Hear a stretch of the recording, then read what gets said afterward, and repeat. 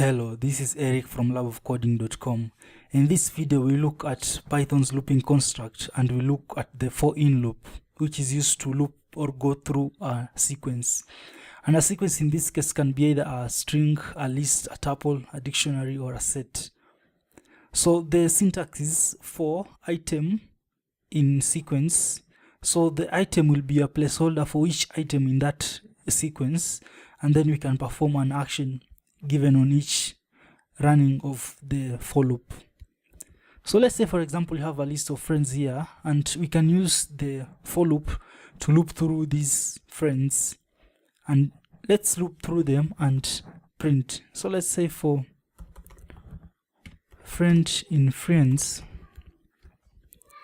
so the looping will start at the beginning, and as we are looping through, each item will be assigned to the friend variable and we can access that. So let's just print hello, and then let's use the formatting function.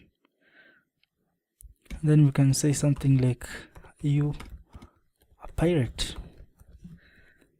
and then we can use the .format method, and we will pass the friend, which will be pointing to each item that is in the list.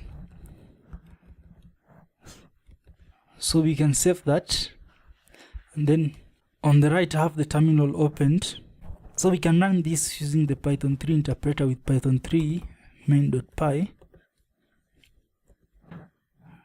We can see that we are printing hello Jack, are you a pirate, and so forth. So we are looping through each item, and each value is being assigned to the friend variable, and we are accessing it in the print function. So you can also loop through a string. Let's say, for example, for character, in let's say the word like excellent, we'll print the character. So we can save that one, and if we run that, we find that we are printing each character.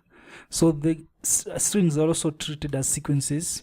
So you can loop through a list, a string, a tuple, a dictionary, and a set. We can say for lmin, and then let's have a set 2. So we can save that one, and then we will print each element as we are looping through it.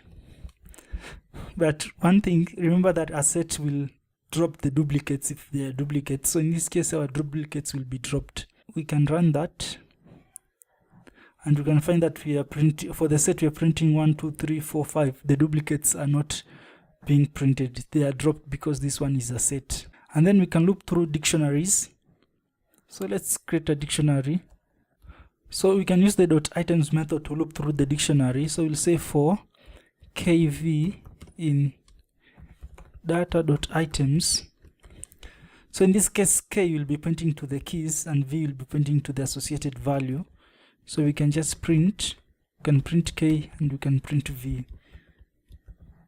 So we can save that, and if we run, find that we are looping through the dictionary also, and we are printing the key and we are printing the value. So that is how you can use the for loop. So you can play around with it and see how you can use it with different sequences in your programs. So that's it for this video. We'll pick it from here. Thanks for watching.